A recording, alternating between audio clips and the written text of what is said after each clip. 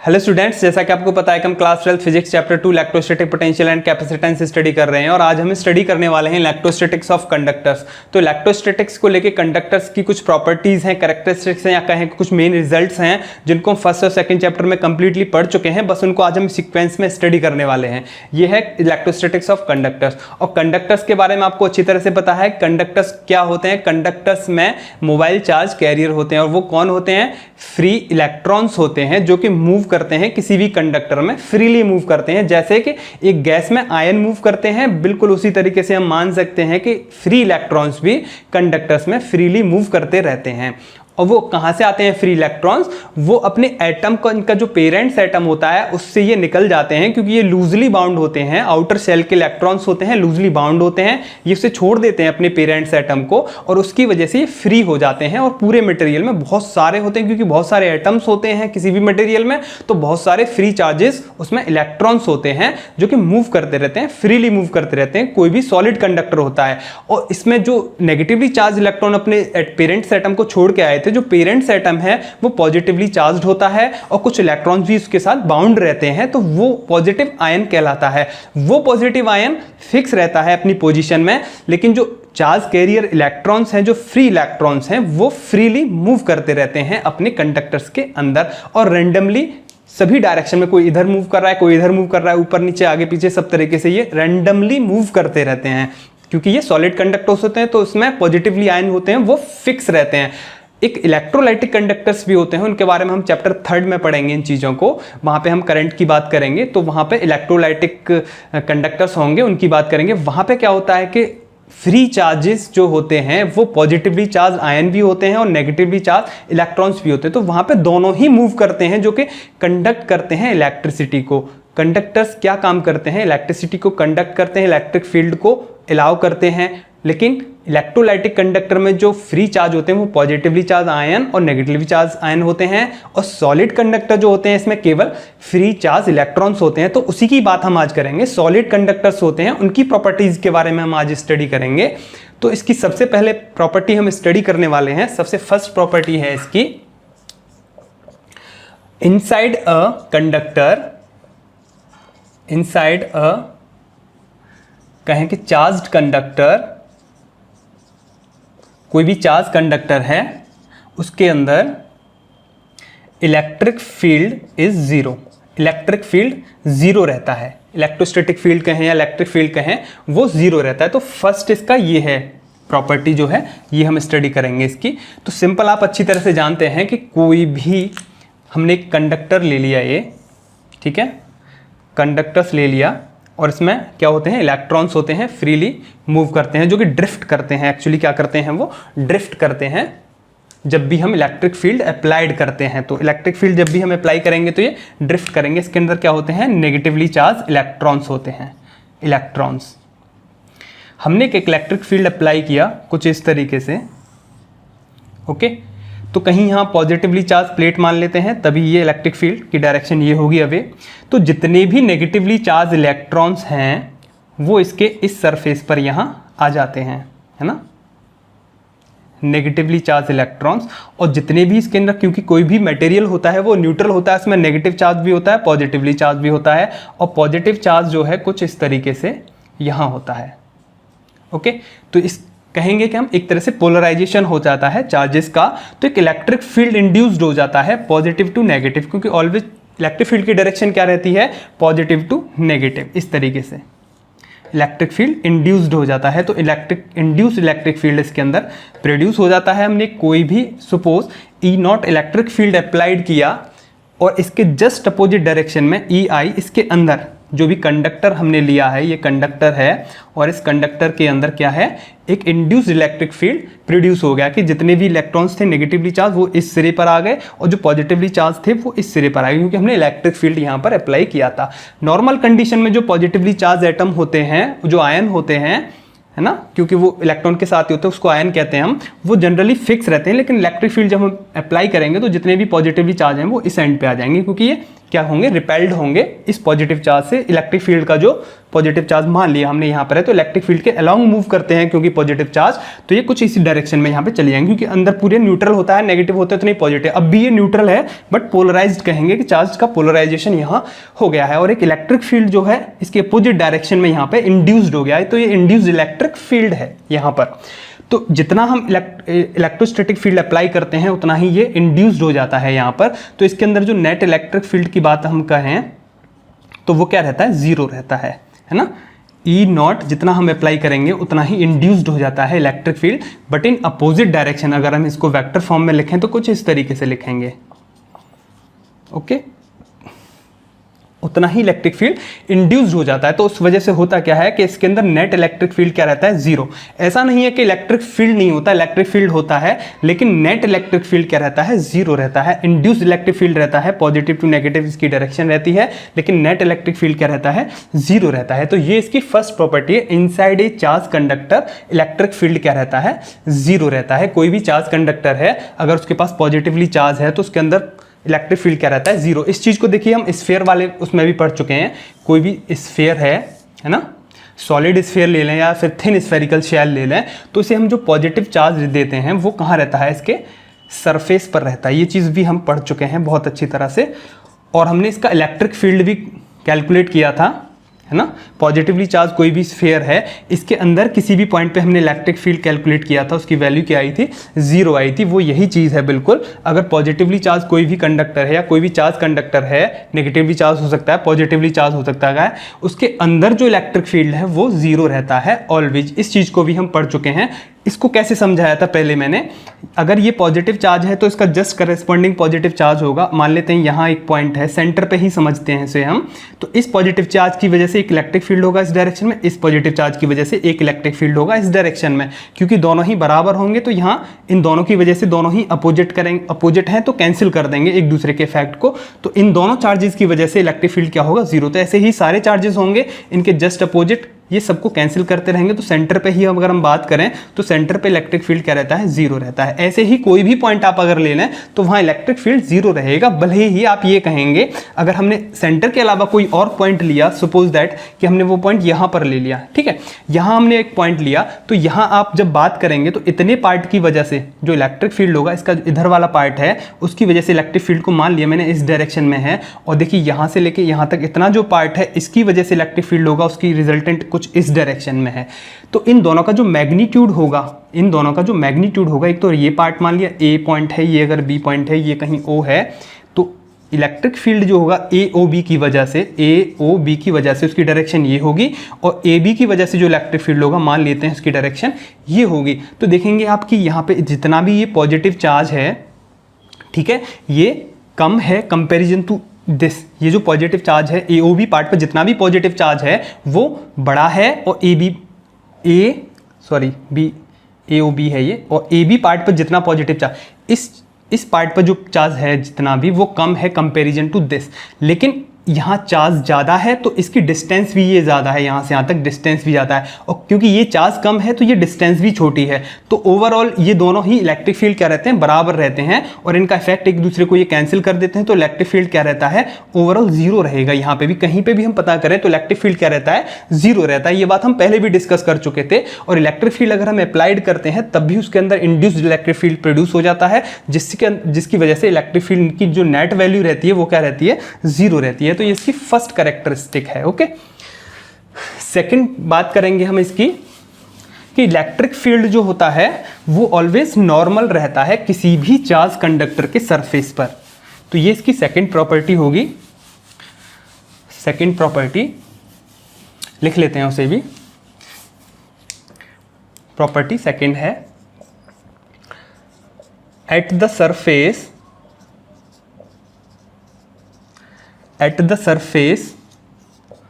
of a charged conductor, at the surface of charged conductor, electrostatic field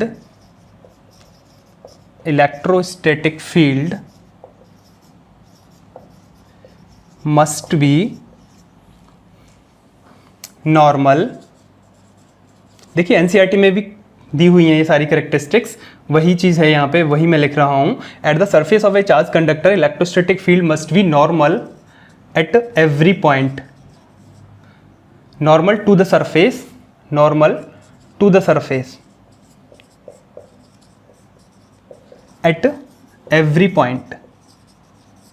कैसे इसे समझते हैं हम, इस चीज़ को पहले भी पढ़ चुके हैं, अच्छी तरह से पढ़ चुके हैं और डिटेल्ड में पढ़ चुके हैं, बस एक सीक्वेंस में स्टडी कर रहे हैं हम आज सारी चीज़ों को। मान लेते हैं कि ये कोई भी एक कंडक्टर है जो कि पॉजिटिवली चार्ज्ड है, इसे हमने पॉजिटिव चार्ज दिया। नेगेटिव चार्ज दें कोई प्रॉब्लम नहीं है, पॉजिटिव चार्ज दें कोई प्रॉब्लम नहीं है, कैसे भी किसी के लिए भी आप बात कर लें, लेकिन ये चार्ज्ड कंडक्टर है। अगर इसके सरफेस पर इलेक्ट्रिक फील्ड हमने मान लिया कि एक एंगल पे होता कुछ इस तरीके से, ठीक है, कुछ इस तरीके से इलेक्ट्रिक फील्ड होता, इलेक्ट्रिक फील्ड कुछ इस तरीके से होता, तो इसके दो कंपोनेंट होते, एक तो ये कंपोनेंट होता, मान लेते हैं अगर ये इसके जो सरफेस है इससे थीटा एंगल पे होता, एक तो टेंजेंशियल कंपोनेंट होता इलेक्ट्रिक फील्ड का ई कॉस थीटा, पहले बहुत स्टडी कर लिया है ये बात हमने, और इसका एक नॉर्मल कंपोनेंट होगा ई साइन थीटा।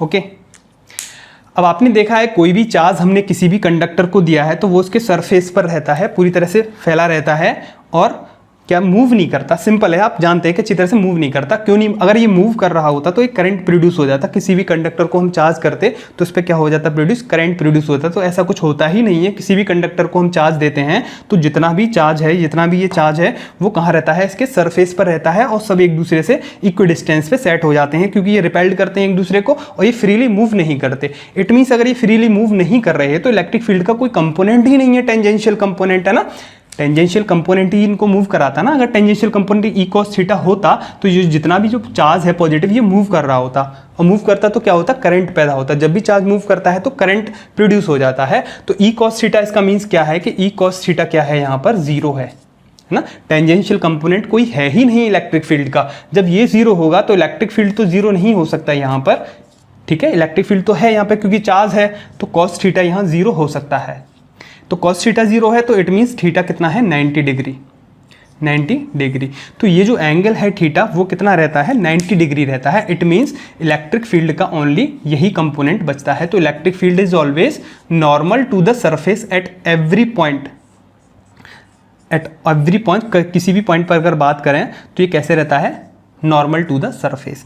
अगर यही नेगेटिवली चार्ज कंडक्टर होता, अगर ये नेगेटिव चार्ज कंडक्टर होता कोई, तो क्या होता, ये इनवार्ड होता, ठीक है। कैसे होता, इनवार्ड होता electric field at every point, ठीक है। लेकिन होता फिर भी नॉर्मल ही, ओके, नॉर्मल होता लेकिन इनवार्ड होता अगर ये नेगेटिवली चार्ज्ड होता तो ये इसकी सेकंड प्रॉपर्टी है। इसकी थर्ड प्रॉपर्टी के बारे में डिस्कस करते हैं अभी हम। इसकी थर्ड प्रॉपर्टी क्या है कि interior of a charge conductor electric charge is zero, net electric charge is zero, या फिर कोई भी एक्सेस चार्ज नहीं होता। एक्सेस चार्ज होता है तभी हम चार्ज मानते हैं, वैसे चार्ज हो सकता है किसी भी कंडक्टर के अंदर। थर्ड प्रॉपर्टी क्या है, किसी भी कंडक्टर के अंदर कोई भी एक्सेस चार्ज नहीं होता, मीन्स नेट चार्ज क्या रहता है, जीरो रहता है किसी भी कंडक्टर के अंदर। ये इसकी थर्ड प्रॉपर्टी है। इसको हम अगर लिखते हैं तो कुछ इस तरीके से लिख लेते हैं जो एनसीईआरटी में है। The interior of a charged conductor can have no excess charge, no excess charge in static situation, क्योंकि इलेक्ट्रोस्टैटिक्स स्टैटिक सिचुएशन में होती है तो इस वजह से हम लिखेंगे यहाँ पे इन स्टैटिक सिचुएशन, इन स्टैटिक सिचुएशन। तो कोई भी चार्ज कंडक्टर है उसके अंदर कोई भी चार्ज भी नहीं रहता, जैसे कि इलेक्ट्रिक फील्ड नहीं रहता ऐसे ही चार्ज भी क्या रहता है, जीरो रहता है। नेट चार्ज जीरो रहता है, चार्ज हो सकता है किसी भी कंडक्टर के अंदर। जैसे मान लिया कि ये कोई भी कंडक्टर है और ये पॉजिटिवली चार्ज्ड है, ओके, पॉजिटिवली चार्ज है, तो जितना भी चार्ज है वो उसके कहाँ रहता है, सरफेस पर रहता है। इसको हम ऐसे भी प्रूफ कर सकते हैं कि इलेक्ट्रिक फील्ड क्या रहता है, कोई भी चार्ज कंडक्टर है, पॉजिटिवली चार्ज है, तो इसके अंदर इलेक्ट्रिक फील्ड क्या रहेगा, जीरो रहेगा। अगर हम इसके अंदर किसी भी पॉइंट पे मान लेते हैं कि यहाँ हमने एक गॉसियन सरफेस ड्रॉ कर लिया, ठीक है, एक गॉसियन सरफेस हमने ड्रॉ कर लिया, और यहाँ पे जब हम बात करेंगे according to Gauss's law, Gauss law क्या है, नेट इलेक्ट्रिक फील्ड जो होता है, इलेक्ट्रिक फ्लक्स होता है, वो क्या आता है, Q inside upon epsilon not. Q inside क्या है, charge inside the Gaussian surface. ये हमने ड्रॉ क्या किया है, गॉसियन सरफेस हमने ड्रॉ किया है, जो रेड रेड दिख रहा है आपको, यहाँ हमने एक गॉसियन सरफेस ड्रॉ किया, और उसके अंदर क्या है, इलेक्ट्रिक फील्ड तो जीरो है ही। अब हम बात करेंगे चार्ज की, इसके अंदर चार्ज कितना रहता है। देखिए जब इलेक्ट्रिक फील्ड जीरो है तो ये वाली जो टर्म है कंप्लीट क्या हो जाएगी, जीरो हो जाएगी। कुछ भी करना ही नहीं है आपको, इंटीग्रेशन वगैरह कुछ नहीं करना, तो Q inside upon epsilon not zero हो जाएगा, तो इनसाइड Q कितना होगा, जीरो। तो नेट या कहें या फिर इनसाइड चार्ज कहें क्या रहता है, जीरो रहता है। तो गॉसियन सरफेस के अंदर नेट चार्ज क्या रहता है, जीरो है। यहाँ जीरो है, इलेक्ट्रिक फील्ड जीरो है, क्योंकि इसीलिए यहाँ पर नेट चार्ज क्या है, जीरो है। तो इस कंप्लीट कंडक्टर के अंदर जो चार्ज है वो नेट चार्ज क्या है, जीरो है ना। चार्ज हो सकता है, ऐसा नहीं है चार्ज नहीं है, क्योंकि पूरा प्लस, जितना प्लस होगा उतना ही माइनस होगा अंदर, ठीक है, न्यूट्रल होगा। इसके अंदर जितना भी होगा चार्ज वो न्यूट्रल होगा, लेकिन चार्ज हो सकता है। नेट चार्ज क्या रहेगा, वो जीरो रहेगा। नेट चार्ज की वैल्यू क्या रहेगी, जीरो रहेगी। तो यही हमें यहाँ पे बताना था। यहाँ लिखा हुआ है can have no excess charge, can have no excess charge means excess charge नहीं है कोई भी, जितना पॉजिटिव है उतना ही नेगेटिव है, ना ही नेगेटिव एक्सिस में है ना ही पॉजिटिव एक्सिस में है। अगर कोई भी एक्सिस में होता तो नेट चार्ज फिर जीरो नहीं होता, जो कि यहाँ पे है ही नहीं कोई भी चार्ज, है ना। तो can have no axis charge का क्या मीन्स है, यहाँ पर ना ही नेगेटिव एक्सिस में है, मतलब ज़्यादा मात्रा में ना ही नेगेटिव है, ना ही ज़्यादा मात्रा में पॉजिटिव है। कोई भी जब ज़्यादा मात्रा में हो जाता है वही एक्सिस होता है, तो उसकी वजह से हम उसी को मान लेते हैं कि इसके पास इतना एक्सिस चार्ज जो है, इसी की वजह से। अगर एक्सिस पॉजिटिव में होता है तो हम कह देते हैं वो चीज़ पॉजिटिवली चार्ज है, अगर एक्सिस में नेगेटिव होता है तो हम कह देते हैं कि वो नेगेटिवली चार्ज है, जो भी। तो यहाँ क्या है, नो एक्सिस चार्ज, कोई भी एक्सिस चार्ज इसके अंदर नहीं रहता, ठीक है। किसी भी कंडक्टर के अंदर कोई भी एक्सिस चार्ज नहीं होता। क्यों नहीं होता, अभी हम पहले प्रॉपर्टी में प्रूफ कर चुके हैं, इलेक्ट्रिक फील्ड जीरो रहता है, और इलेक्ट्रिक फील्ड जीरो रहने की वजह से Q इनसाइड जो चार्ज है वो क्या है, जीरो है, ठीक है। तो ये है इसकी थर्ड प्रॉपर्टी। अब हम इसकी फोर्थ प्रॉपर्टी की बात करें तो फोर्थ प्रॉपर्टी है potential, electrostatic potential is constant. ये भी पढ़ चुके हैं हम, किसी भी कंडक्टर के अंदर इलेक्ट्रोस्टैटिक पोटेंशियल जो है कांस्टेंट रहता है, सब जगह सेम वैल्यू रहती है उसकी। Fourth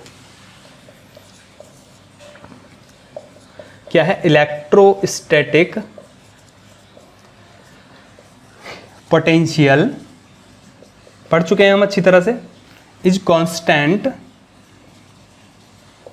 is constant throughout the volume of a charged conductor, charged conductor, and same value on its surface, और उतनी ही वैल्यू इसके सरफेस पर रहती है जितनी इनसाइड होती है। सेम वैल्यू एज इनसाइड, जितनी इनसाइड होती है, एज इनसाइड, जो भी वैल्यू इनसाइड होती है किसी भी कंडक्टर के, वही उसके सरफेस पर होती है। तो इलेक्ट्रोस्टैटिक पोटेंशियल कांस्टेंट रहता है किसी भी वॉल्यूम में। कोई भी चार्ज कंडक्टर है, जैसे आपको मैं ध्यान दिलाऊं, हमने किया था एक स्फेरिकल, कोई भी हमने स्फेरिकल शेल लिया, फिर कोई भी सॉलिड कंडक्टर लिया, स्फेरिकल कंडक्टर लिया, और ये पॉजिटिवली चार्ज्ड है, तो इसके अंदर सभी पॉइंट्स पर जो पोटेंशियल था वो क्या था, सेम था। इनसाइड इसके वॉल्यूम में, इसके वॉल्यूम में जो पोटेंशियल था वो क्या था, सब जगह सेम था, और वही वैल्यू कहाँ थी इसके, यहाँ पे थी, इसके सरफेस पर थी। क्यों रहता है इस इस चीज़ को हम कैसे डिस्कस किया था, पहले भी डिस्कस कर चुके हैं इस बात को हम। देखिए E इक्वल्स टू क्या होता है, minus dv upon dr। Along the field बात करते हैं तो माइनस आता है, और अपोजिट टू द फील्ड बात करते हैं तो ये पॉजिटिव आता है, ठीक है।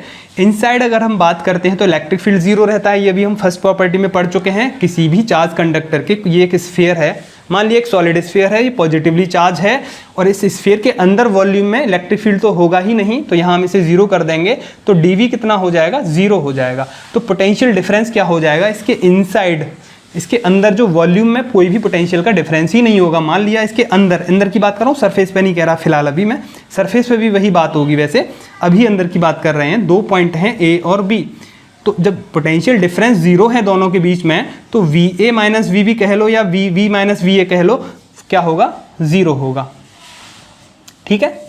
पोटेंशियल डिफरेंस जीरो है तो होगा क्या कि VA इक्वल्स टू VB, है ना, VB।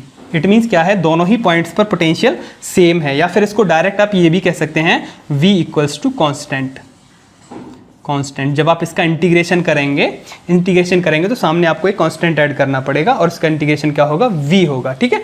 तो ये क्या रहता है, कांस्टेंट रहता है। पोटेंशियल क्या रहता है, कांस्टेंट रहता है, या फिर कहेंगे दो पॉइंट्स के बीच में कोई भी पोटेंशियल डिफरेंस नहीं है, तो दोनों ही पॉइंट्स पर पोटेंशियल क्या है, सेम है, तो VA equals to VB।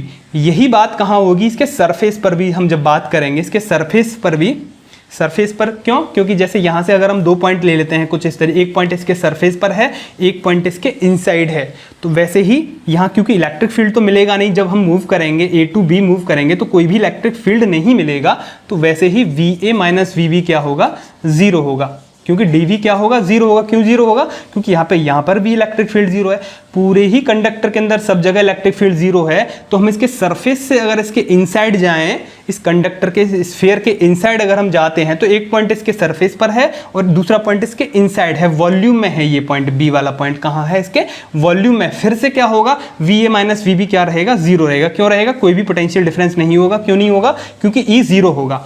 E zero होगा तो फिर से VA और VB क्या होंगे, सेम होंगे। क्या होंगे, सेम होंगे, यहाँ सेम हो जाएंगे, है ना।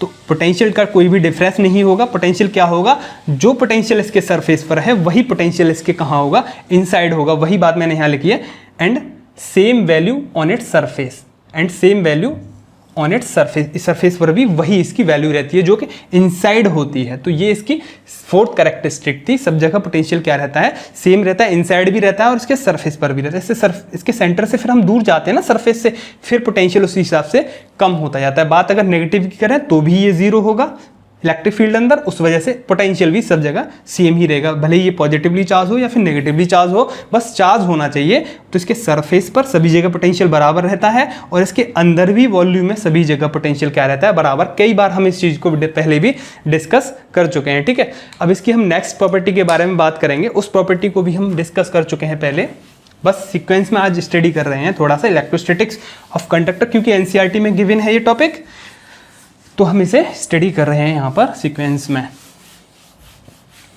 क्लियर है ये बात। अब हम इसकी फिफ्थ प्रॉपर्टी के बारे में बात करेंगे कि जो इलेक्ट्रिक फील्ड होता है किसी भी कंडक्टर के सरफेस पर, वो ये रहता है। इलेक्ट्रोस्टैटिक फील्ड कितना होता है, सिग्मा अपॉन एप्सिलॉन नॉट। अगर पॉजिटिवली चार्ज है तो कुछ इस तरीके से इलेक्ट्रोस्टैटिक फील्ड होता है, जो कि किसके प्रोपोर्शनल रहता है, सरफेस चार्ज डेंसिटी के। तो ये इसकी फिफ्थ प्रॉपर्टी है, इसको हमें यहाँ पर प्रूफ करना है। फिफ्थ प्रॉपर्टी को, electrostatic field is proportional to surface charge density. ठीक है, कोई भी हमने कंडक्टर ले लिया, सपोज हमने ये कंडक्टर ले लिया, ठीक है, और ये पॉजिटिवली चार्ज है। पॉजिटिवली चार्ज हमने एक कंडक्टर ले लिया और इसकी सरफेस चार्ज डेंसिटी क्या है, सिग्मा है, ठीक है। पॉजिटिवली चार्ज कंडक्टर है ये और इसकी surface charge density plus sigma है। अगर हम इलेक्ट्रिक फील्ड निकालें इसके किसी भी पॉइंट पे, सपोज हमें यहाँ पर इलेक्ट्रिक फील्ड निकालें इसी पॉइंट पे, तो हम करते क्या है, सपोज कभी भी इलेक्ट्रिक फील्ड निकालते हैं तो हम गॉसेस लॉ का यूज़ करते हैं, ठीक है। गॉसेस लॉ क्या होता है, Gauss's law, according to Gauss's law, पहले कई बार स्टडी कर चुके हैं चैप्टर 1 में। क्या होता है, क्लोज्ड वॉल्यूम में इंटीग्रल करते हैं जब नेट इलेक्ट्रिक फ्लक्स जो होता है, क्या होती है उसकी value, charge inside Gaussian surface upon epsilon not. ठीक है, इसी का यूज़ करेंगे हम यहाँ पर। तो किसी भी पॉइंट पर हमें इलेक्ट्रिक फील्ड निकालना है, सपोज यहाँ हमें इलेक्ट्रिक फील्ड निकालना है इस पॉइंट पर, क्योंकि यहाँ पॉजिटिव चार्ज है, तो यहाँ पे हम एक ड्रॉ करते हैं गॉसियन सरफेस। तो हम एक सिलेंडर फॉर्म में यहाँ हमने गॉसियन सरफेस यहाँ पे ड्रॉ कर लिया। ठीक है, सिलेंड्रिकल फॉर्म में हमने एक गॉसियन सरफेस ड्रॉ कर लिया, जिसका एक पार्ट बाहर है और एक पार्ट अंदर है। ठीक है, एक सिलेंड्रिकल फॉर्म में हमने ये ड्रॉ किया है। इस पॉइंट पे इलेक्ट्रिक फील्ड की बात करेंगे तो नॉर्मल होगा, अवे होगा। अभी सेकंड कैरेक्टरिस्टिक में बात कर चुके थे हम इस चीज़ की, electric field always normal to the surface of a conductor. ठीक है, इलेक्ट्रिक फील्ड नॉर्मल होगा। जो ds हमने लिया है, स्मॉल लिया है, सबसे पहले इसके सरफेस पर जो लिया था हमने ds, ये ds है, तो ds वेक्टर भी क्या होगा, नॉर्मल होगा, इसी डायरेक्शन में होगा ds वेक्टर भी, और ev है ना, नॉर्मल लेते हैं जनरली। इसको हम कंप्लीट के लिए नॉर्मल लेंगे। ठीक है, ds gs जो होगा कंप्लीटली नॉर्मल लेंगे, एक ही डायरेक्शन में लेते हैं। नॉर्मल अवे ले रहे हैं तो अवे लेंगे, इनसाइड ले रहे हैं तो इनसाइड ले लेते हैं। ठीक है, हम यहाँ पर अवे ले रहे हैं जो भी हमने चार्ज एलिमेंट लिया है ds, जिसकी वजह से हमने ये सिलेंड्रिकल गॉसियन सरफेस यहाँ पर ड्रॉ किया है। गॉस लॉ में हमने बहुत अच्छी तरीके से ये चीज़ें स्टडी करी थी, है ना, वहाँ आप देख सकते हो वीडियोज़ को। यहाँ हमने ये ड्रॉ कर लिया, और ये पॉजिटिव चार्ज है, क्योंकि जितना भी ये होगा ये पॉजिटिवली चार्ज होगा, तो हम यही यूज़ करते हैं, गॉसेस लॉ को यूज़ करते हैं यहाँ पर। तो E dot ds equals to Q inside means Q कहाँ पर, नेट चार्ज कहाँ, गॉसियन सरफेस जो हमने ड्रॉ किया है, अपॉन एप्सिलॉन नॉट। ठीक है, E डॉट ds एंगल कितना है इन दोनों के बीच में, 0 डिग्री। ठीक है, इलेक्ट्रिक फील्ड भी अवे नॉर्मल है, ds भी अवे नॉर्मल है, तो कितना होगा ये E ds cos 0 degree equals to Q inside Gaussian surface. इन गॉसियन सरफेस के अंदर कितना चार्ज है, हमें यहाँ चार्ज तो गिवन नहीं है, हमें सरफेस चार्ज डेंसिटी गिवन है। तो सरफेस चार्ज डेंसिटी क्या होती है, सिग्मा इक्वल्स टू चार्ज की बात कर लो अपॉन सरफेस एरिया। ठीक है, कहीं पे भी निकाल लो, इसे Q अपॉन S कहते हैं जनरली, क्योंकि छोटा सा स्मॉल एलिमेंट ds लिया है, तो इस पर मान लिया कि हमने dq चार्ज है, इस छोटे से स्मॉल एलिमेंट पर कितना चार्ज मान लिया हमने, dq चार्ज मान लिया। तो सरफेस चार्ज डेंसिटी को कुछ इस तरीके से हम लिख सकते हैं, ये अच्छी तरह से आप जानते हैं। तो यहाँ से जब हम चार्ज निकालेंगे इस ds एलिमेंट पर कितना होगा, sigma ds।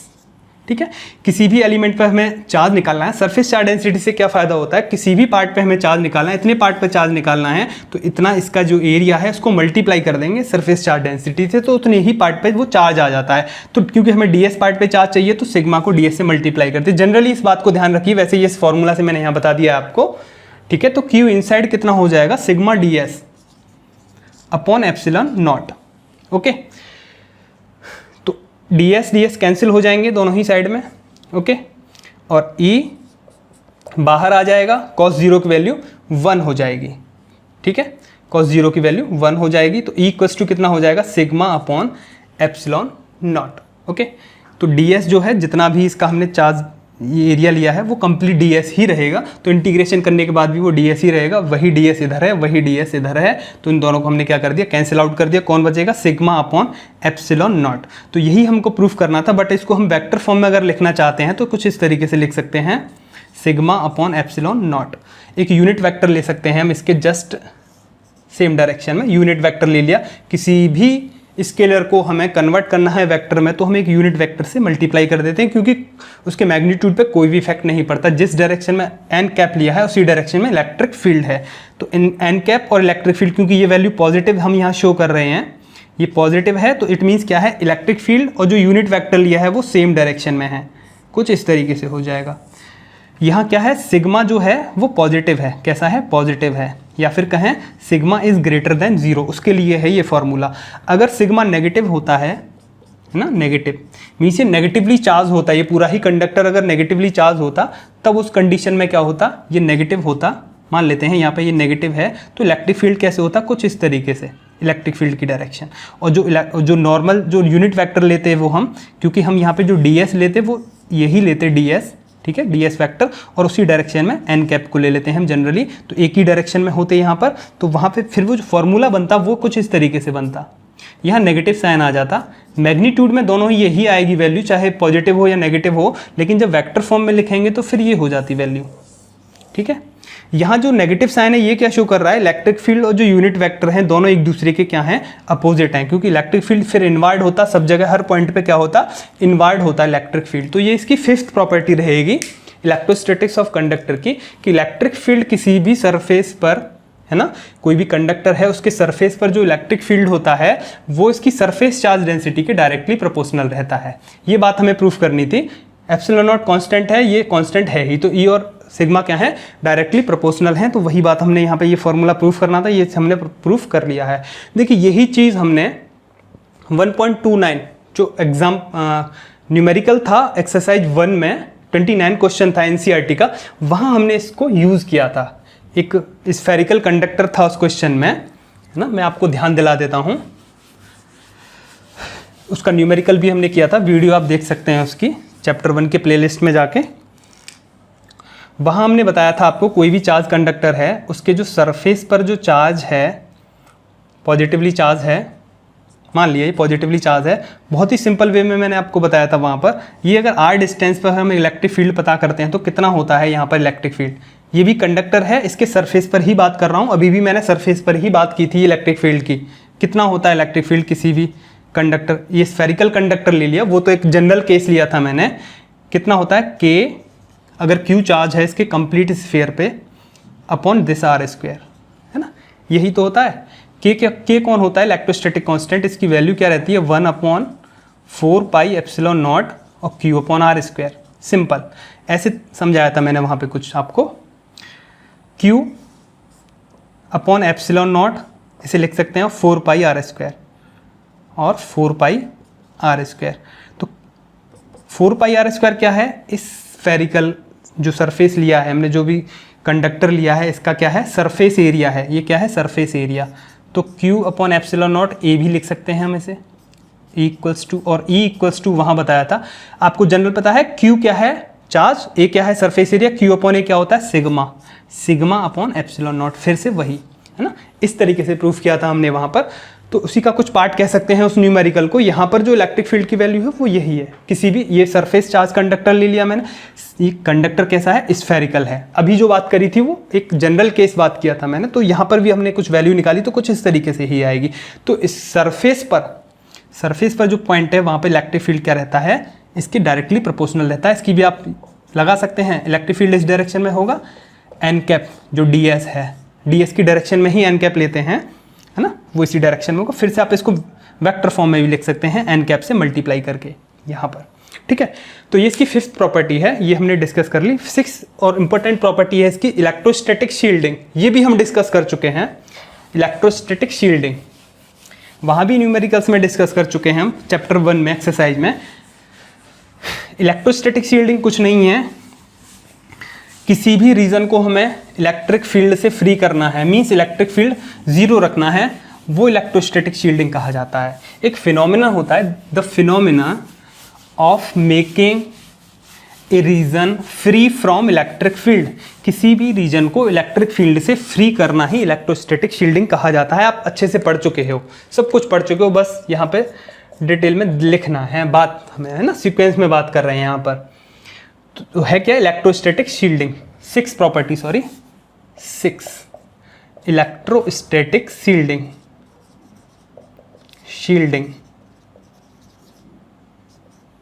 Sorry electro shielding हो गया ये, तो electrostatic shielding, electrostatic shielding, sorry shielding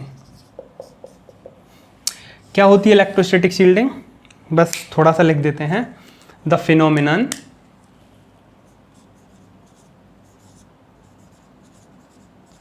phenomenon of making a region free from electric field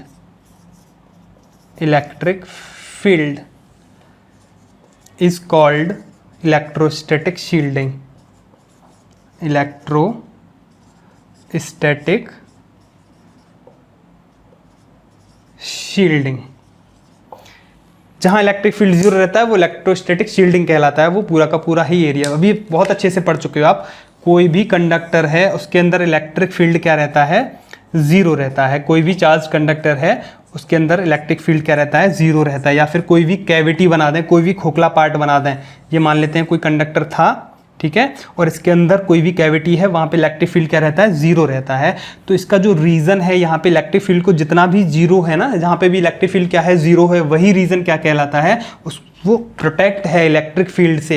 इसमें कोई भी इलेक्ट्रिक फील्ड है ही नहीं, तो जितना भी रीज़न है वो क्या है, प्रोटेक्टेड है इलेक्ट्रिक फील्ड से। आउटसाइड इलेक्ट्रिक फील्ड अगर हम अप्लाई करें तो उसके अंदर इलेक्ट्रिक फील्ड जीरो रहता है, कोई भी इलेक्ट्रिक फील्ड रहता ही नहीं है। वही होता है इलेक्ट्रोस्टैटिक शील्डिंग। तो आप अच्छी तरह से जानते हैं कोई भी चार्ज कंडक्टर है उसके अंदर इलेक्ट्रिक फील्ड क्या रहता है, जीरो रहता है। तो इस रीज़न में, ठीक है, अगर इस रीजन को हम इलेक्ट्रोस्टैटिक शील्डिंग कह रहे हैं, मतलब इलेक्ट्रोस्टैटिक से शील्ड है ये रीजन। इलेक्ट्रोस्टैटिक फील्ड जो है उससे शील्ड है ये रीजन। पूरा का पूरा क्या है, प्रूफ इलेक्ट्रोस्टैटिक नहीं है कहीं पे भी। यहाँ पे इलेक्ट्रोस्टैटिक फील्ड है ही नहीं, सब जगह इलेक्ट्रोस्टैटिक फील्ड जीरो है। तो यहाँ हम इस रीजन में कोई भी इंस्ट्रूमेंट रखें, कोई भी डिवाइस रखें जो इलेक्ट्रॉनिक डिवाइस है, जो सेंसिटिव इलेक्ट्रॉनिक डिवाइसेस होती हैं, उसे हम अगर इस रीजन में यहाँ कहीं पे भी रख देते हैं उस डिवाइस को, तो वो आउटर इलेक्ट्रिक फील्ड जो है, जो आउटसाइड इलेक्ट्रिक फील्ड है, उससे क्या रहता है, सेफ रहता है। ठीक है, उससे क्या रहता है, सेफ रहता है। मान लिया हमने यहाँ पे वोल्ट मीटर ही रख दिया, पहले भी डिस्कस कर चुके हैं इस बात को, तो वोल्ट मीटर की जो रीडिंग है वो डिस्टर्ब नहीं होगी इससे, है ना, नहीं होगी इससे। बहुत सारे जो इलेक्ट्रॉनिक डिवाइसेस हैं वो sensitive, voltmeter, ammeter, cyclotron, बहुत सारी डिवाइसेस होती हैं जिनको हमें आउटसाइड इलेक्ट्रिक फील्ड से क्या रखना है, सेफ रखना है। तो हम क्या करते हैं, उनको एक रीजन में रख देते हैं जिसके अंदर इलेक्ट्रोस्टैटिक फील्ड जीरो होता है। ठीक है, तो यहाँ हम रखेंगे तो ये डिस्टर्ब नहीं होगा, जो भी इलेक्ट्रॉनिक डिवाइस होगी वो डिस्टर्ब नहीं होगी क्योंकि इलेक्ट्रिक फील्ड जीरो है। तो आउटसाइड इलेक्ट्रिक फील्ड उसको डिस्टर्ब कर सकता है, तो उससे बचाने के लिए हम क्या करते हैं, उसको उस रीजन में रख देते हैं जहां इलेक्ट्रिक फील्ड जीरो रहता है। और इलेक्ट्रिक फील्ड कहाँ जीरो होता है, कोई भी मेटल कंडक्टर है, कोई भी मेटल बॉक्स है, उसके अंदर इलेक्ट्रिक फील्ड क्या रहेगा, जीरो रहेगा। तो किसी भी मेटेलिक बॉक्स में अगर हम उसे रख देंगे तो जीरो हो जाएगा। ऐसे ही कोई भी कार है ना, कोई भी कार है, ठीक है, और वो कार एक खुले में रखी हुई है, खुले में खड़ी हुई है, या फिर कहें रखी क्या हुई है, खड़ी हुई है खुले में, एक बाहर एरिया, ऊपर एरिया में वहाँ पे खड़ी हुई है, और लाइटनिंग होती है, जो थंडर स्टॉर्म जो होते हैं वहाँ पे जब लाइटनिंग होती है, जब बिजली कड़कती है, तो जो भी चार्ज आता है वो कहाँ फैलता है, इसके सरफेस पर फैल जाता है। तो किसी भी कार के अंदर भी का रीजन जो होता है वो क्या रहता है, क्योंकि कार मेटेलिक सरफेस होता है पूरा का पूरा, तो जो भी चार्ज आता है वो इसके सरफेस पर फैल जाता है। तो इस वजह से अंदर क्या रहता है, फ्री रहता है, वो पूरा का पूरा रीजन क्या रहता है, इलेक्ट्रिक फील्ड से फ्री रहता है। तो इसके अंदर रहना सेफ होता है। अगर आप कहीं पे भी बिजली कड़क रही है, वहाँ अगर आप खुले में हैं, तो आपको किसी पेड़ के नीचे जाने की बजाय या कहीं पे भी जाने की बजाय, आप अगर आपके पास कार है तो आप इस कार के अंदर बैठ जाइए, तो वहाँ आप सेफ रहेंगे। आउटसाइड इलेक्ट्रिक फील्ड से जो भी बिजली कड़क रही है उससे आप सेफ रहेंगे। ठीक है, क्यों रहेंगे, क्योंकि इलेक्ट्रिक फील्ड क्या रहेगा, जीरो रहेगा। तो इसका बेनिफिट रहता है इलेक्ट्रोस्टैटिक शील्डिंग का। ये पहले भी हम इस चीज़ों को डिस्कस कर चुके हैं। तो ये थे इलेक्ट्रोस्टैटिक्स ऑफ कंडक्टर्स, इनके बारे में हमने डिस्कस किया, इनको सीक्वेंस में डिस्कस किया है हमने यहाँ पर। So this is everything for today, thank you.